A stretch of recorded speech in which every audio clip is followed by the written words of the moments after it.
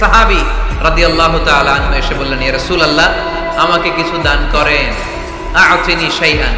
বিশ্বনবী বললেন, তুমি ভিক্ষা করো, তোমার ঘরে কিছু নাই? সাহাবী বললেন, লা ইয়া রাসূলুল্লাহ, কিছু নাই। বিশ্বনবী সাল্লাল্লাহু আলাইহি ওয়াসাল্লাম আবার প্রশ্ন করলেন, কিছুই নাই? সে বললেন, হ্যাঁ আছে। কি আছে? একটা জামা আছে, জামা, আর আছে একটা পানি খাওয়ার জগ। দুইটা জিনিস আছে, একটা কি আর একটা পানি খাওয়ার জগ। বিশ্বনবী বললেন, দুইটা নিয়ে আস।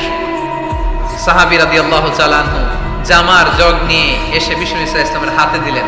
বিশ্বনবী জামার জগটা ধরে বললেন, মাইয়াশতারি হাদাইন, কে আছো আমার সাহাবীদের মধ্যে এই দুইটা জিনিস কিনতে চাও? এক সাহাবী দাঁড়িয়ে বললেন, ইয়া রাসূলুল্লাহ, ইয়া হাবিবাল্লাহ, আনা আশতারিহিমা বিদিরহাম। এই দুইটা জিনিস, একটা জামা, একটা পানি খাওয়ার জগ, আমি 1 দিরহাম দিয়ে কিনে নিতে চাই। পড়েন সুবহানাল্লাহ।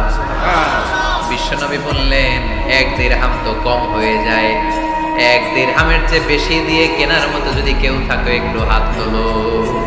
মাইয়াজিদু আলা যালিক, এর চেয়ে বেশি দাম দিয়ে কেনার মতো কেউ আছো নাকি? আরেক সাহাবী হাত তুলে বললেন, ইয়া রাসূলুল্লাহ, ইয়া হাবিবাল্লাহ, আশতারিহিমা বিদিরহামাইন। আমি 1 দিরহাম নয়, আপনার সম্মানে 2 দিরহাম দিয়ে জিনিসগুলো কিনে নিতে চাই। 2 দিরহাম। বিষ্ণুই বললেন, ওকে ফাইন, ডান, 2 দিরহামে বিক্রি হয়ে যাবে। দিয়ে দেওয়া হলো। 2 দিরহাম নিয়ে বিষ্ণু ইসলাম ওই আগন্তুক ভিক্ষুক সাহাবীর হাতে দিয়ে বললেন, যাও, 1 দিরহাম দিয়ে তোমার পরিবার পরিজনদের জন্য খাবার কিনে নিয়ে যাও, আর 1 দিরহাম দিয়ে একটা কুঠার কিনে নিয়ে আসো। কি কিনে নিয়ে আসো? সবাই বলেন। কুঠার চিনেন আপনারা? কুঠার দিয়ে কি করে? গাছ কাটে। ওই সাহাবী আর 1 দিরহাম দিয়ে একটা কুঠার কিনে নিয়ে আসলেন। বিশ্বনবী সাল্লাল্লাহু আলাইহি ওয়াসাল্লাম নিজ হাতে ওই কুঠারের একটা হাতল লাগায় দিলেন। সুবহানাল্লাহ পড়তে পারলেন না মজা করে? হাতল ছাড়া কুঠার ধরা যায়?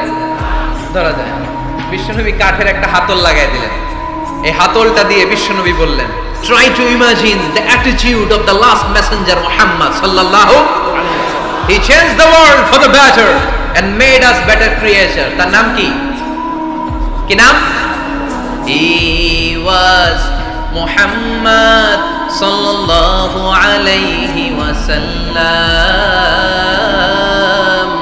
Muhammad, mercy upon mankind, teacher of all mankind, Abul Qasim, ya habibi ya Muhammad.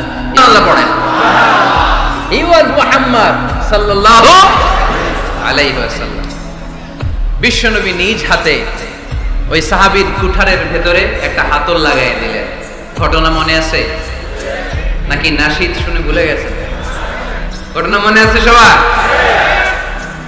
তিনি হাতল লাগাই দিলেন আর বললেন, যাও, গায়ে শক্তি আছে, তাগড়া যুবক, এই কুঠার নিয়ে জঙ্গলে যাও, জঙ্গলে যে কাঠ কাটো, লাকড়ি বানাও, বাজারে যে বিক্রি করো। লা ইয়াহতাতিবা আহাদুকুম হাজমাতান ফি দাহরিহি খায়রুম মিন আই ইয়াসআলা আহাদান ফায়ু'তিয়াহু আও ইয়ামনাহু। যাদের গায়ে জোর আছে, শক্তি আছে, পরিশ্রম করে লাকড়ির বোঝা পিঠে নিয়ে বাজারে বিক্রি করা অনেক ভালো কারো কাছে হাত পাতার চেয়ে। কারণ তুমি হাত পাতলে লোকজন তোমার দিতেও পারে, নাও দিতে পারে, কিন্তু পরিশ্রম কখনো বৃথা যায় না। What is the moral of the story? রাসূল সাল্লাল্লাহু আলাইহি ওয়াসাল্লামের এই প্রফেটিক স্টোরি থেকে আমাদের শিক্ষা কি? বিশ্বনবী বললেন, যাও, কাঠ কেটে নিয়ে আসো। লা উরিদু আন আরাকা 15 আইয়াম, সামনের 15 দিন আমি যেন আমার চোখ দিয়ে তোমার আমার আশেপাশে ঘুরঘুর করতে না দেখি। সাহাবী চলে গেলেন, কাঠ কাটতে আরম্ভ করলেন, বাজারে বিক্রি করতে আরম্ভ করলেন। 15 দিনের ব্যবধানে 10 দিরহাম নিয়ে বিশ্বনবীর দরবারে ওই সাহাবী হাজির হয়ে গেলেন। 10 দিরহাম নিয়ে হাজির হয়ে গেলেন। এসে বললেন, ইয়া রাসূলুল্লাহ, ইয়া হাবিবাল্লাহ, আমি আর দরিদ্র নাই, আমি আর ভিক্ষা করি না, আমি নিজের পায়ে দাঁড়িয়েছি, আমি স্বাবলম্বী হয়েছি, আমি অন্যান্য খেটে খাওয়া মানুষের মতো এখন উপার্জন করে আমার ফ্যামিলির চাহিদা মিটাই। পড়েন সুবহানাল্লাহ। What is the moral of the story? এই প্রফেটিক স্টোরি থেকে আমাদের জন্য শিক্ষা হচ্ছে, বিষ্ণু ইসা ইসলাম চাইলেই ওই 2 দিরহাম দিয়ে বলতে পারতেন, যাও, এটা দিয়ে খাবার কিনে খাও। দুপুরবেলা খাইতো, রাত্রেবেলা আবার যাকাতের লাইন ধরতো। কথা কন। তার মানে বিষ্ণু ইসা ইসলাম কাজের প্রতি উৎসাহিত করেছেন। 2 নম্বর লেসন বা শিক্ষা হচ্ছে বিশ্বনবী সাল্লাল্লাহু আলাইহি ওয়াসাল্লাম পার্মানেন্ট সলিউশন করে দিয়েছেন, স্থায়ী সমাধান, ঠিক কিনা? স্ট্রাগল করে পৃথিবীর বুকে এসেছিলাম, যেদিন মায়ের পেট থেকে যুদ্ধ করে আমাকে পৃথিবীতে আসতে হয়েছে, ওই দিন আমার কান ছিল?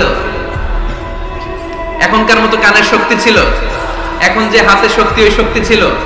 ওই কঠিন পরিস্থিতিতে যদি আমি সংগ্রাম করে টিকে থাকতে পারি, বর্তমান সময়ে আমাদেরকে কেউ আটকায় রাখতে পারবে না, পারবে না। ইন্নাকা কাদিহুন ইলা রাব্বিকা কাদহান ফামুলাকি। আল্লাহ বললেন, ও বনি আদম, তোমাকে কষ্ট করতে করতে আমার কাছে আসতে হবে। আবার আল্লাহ বললেন, লাকাদ খালাকনাল ইনসানা ফি কাবাদ। আমি বনি আদমকে, দুনিয়ার সবগুলো মানুষকে কর্মসহিষ্ণু করে তৈরি করেছি। সুবহানাল্লাহ বলেন। কর্মসহিষ্ণু, আমাদের এক একজন মানুষ যে আমরা কতটা কষ্ট আর ধৈর্য সহ্য করতে পারি আপনি কল্পনাও করতে পারবেন না। নরমাল প্রসেসে আমাদের মা যেদিন আমাদেরকে ডেলিভারি দিয়েছিলেন, তখন আমাদের মা 57 ইউনিট প্লাস। সুস্থ মানুষ ব্যথা সহ্য করতে পারে 45 ইউনিট। কত ইউনিট? কিন্তু আমাদের মা যেদিন আমাদেরকে দুনিয়ার বুকে এনেছিলেন, সেদিন আমার মা, আপনার মা ব্যথা সহ্য করেছিল 57 ইউনিট প্লাস, 57 ইউনিটেরও বেশি। এই ব্যথাটা সাধারণ কোনো ব্যথা নয়। একটা অ্যাক্সিডেন্টে আপনার দেহের 20টা হাড় বা হাড়টি ভেঙে গেলে যত ব্যথা, তার চেয়েও বেশি ব্যথা আমার মা সহ্য করেছিলেন। আমার মাকে ওই দিন এই ব্যথাগুলো সহ্য করার তৌফিক দিয়েছিলেন কে? আল্লাহ। তাহলে কি পরিমাণে কষ্ট সহিষ্ণুতা আর কর্ম সহিষ্ণুতা নিয়ে যে আমরা জন্মাই, আমাদের কোনো ধারণাই নাই। এজন্য আমি প্রায় বলি, ছেলে মেয়েদেরকে, সন্তানকে ননির পুতুল করে গড়ে তুলবেন না। ছেলে মেয়েদেরকে কষ্ট সহিষ্ণু করে গড়ে তোলেন।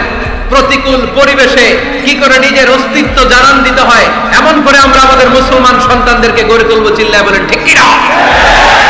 লাকাদ খালাকনাল ইনসানা ফি কাবাদ। আমি মানুষকে দুঃখ কষ্টের মধ্যে তৈরি করেছি। আমরা বলছিলাম কাজের সময়, আরো জোরে বলতে হবে, কাজের সময়, নামাজের সময়, আর ভরসা করতে হবে একজনের উপর, তিনি কে? কাজে কোনো লজ্জা আছে? লজ্জা কিসে? অলসতায়। আমরা অলস হতে চাই না। রাসূল বাত্তালে দুকানু শয়তান, অলস মস্তিষ্ক শয়তানের আড্ডাখানা। আমরা নিজের পায়ে দাঁড়াতে চাই, আমরা স্বাবলম্বী হতে চাই, আমরা সাস্টেইনেবল ডেভেলপমেন্ট গোলের পক্ষে, আমরা মিলেনিয়াম ডেভেলপমেন্ট গোলের পক্ষে, আমরা বাংলাদেশকে উন্নতির শিখরে নিয়ে যাওয়ার পক্ষে। চিল্লায় বলেন ঠিক কি না? আমরা আগে দুনিয়ার কল্যাণ চাই, এটা ইসলামের নিয়ম। আগে কি আখেরাত চাই না আগে দুনিয়া চাই? জোরে বলেন। আরে দুনিয়াতে ভালো থাকলেই তো আখেরাতে ভালো থাকবেন।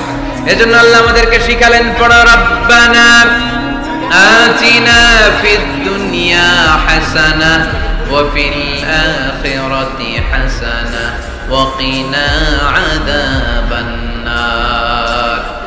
আয় আমাদের রব, এই দুনিয়ার বুকে আপনি আমাদেরকে কল্যাণ দেন, আখিরাতের বুকে আপনি আমাদেরকে কল্যাণ দেন, আগুনের শাস্তি থেকে আল্লাহ আপনি আমাদেরকে বাঁচিয়ে দেন। পড়ে না আমিন।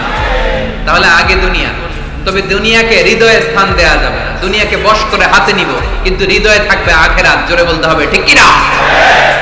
নিজ হাতে উপার্জিত সম্পদের চেয়ে শ্রেষ্ঠ কোনো সম্পদ আর হতে পারে না।